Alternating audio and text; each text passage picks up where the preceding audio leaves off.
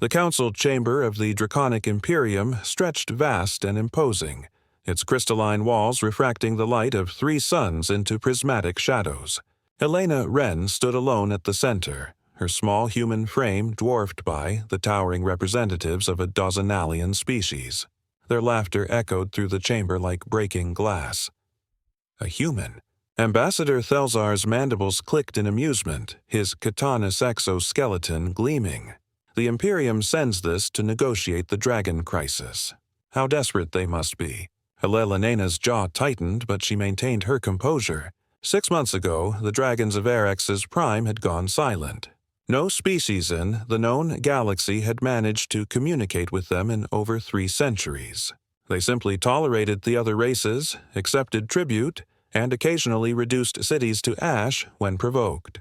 Now something had changed. The dragons were agitated, unpredictable. Entire colonies had been evacuated.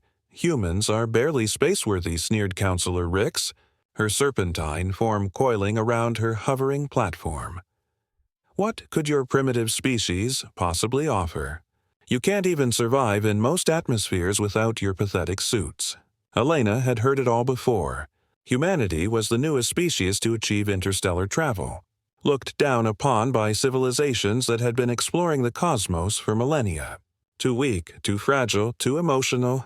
The diplomatic corps had sent her because she was expendable. A linguist with unconventional theories and nothing to lose. If the council is finished, Elena said quietly, her voice steady despite the mockery. I'd like to begin. Begin what? Thelzar scoffed, embarrassing yourself further. The Velari tried their quantum communicators.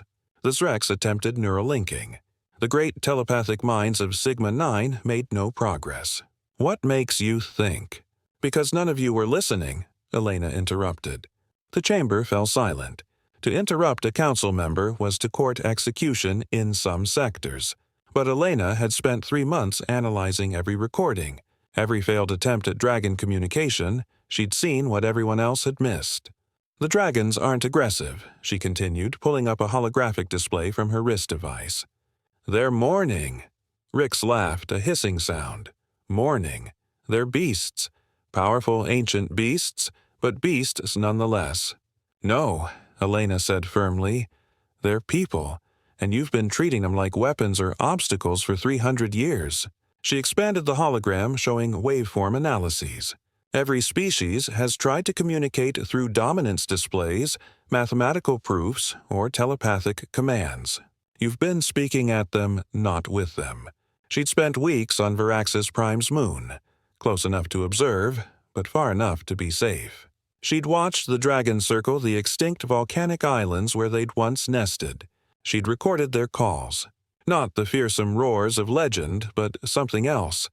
Something haunting. I'm going down there, Elena announced, alone.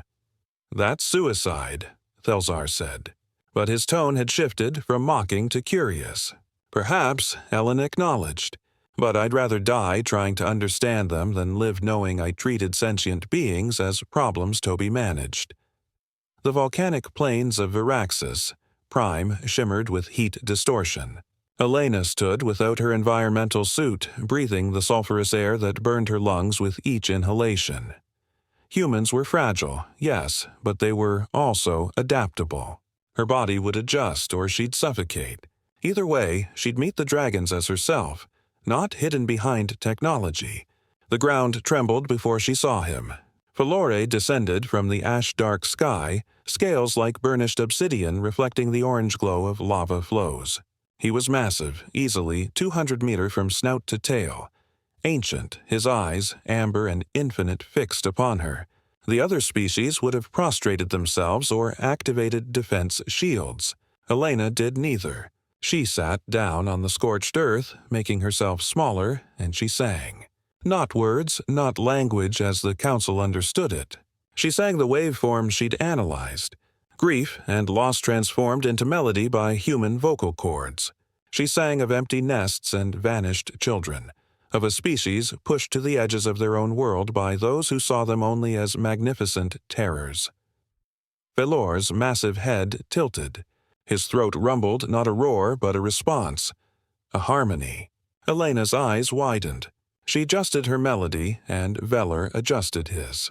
They were conversing, not in words, but in emotion, in mathematical beauty expressed through sound.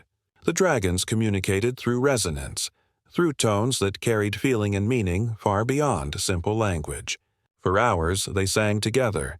Elena learned of the dragons' pain, how their young had stopped hatching, how the electromagnetic interference from Thalian colonies had disrupted their breeding grounds, how they'd tried to communicate this for decades.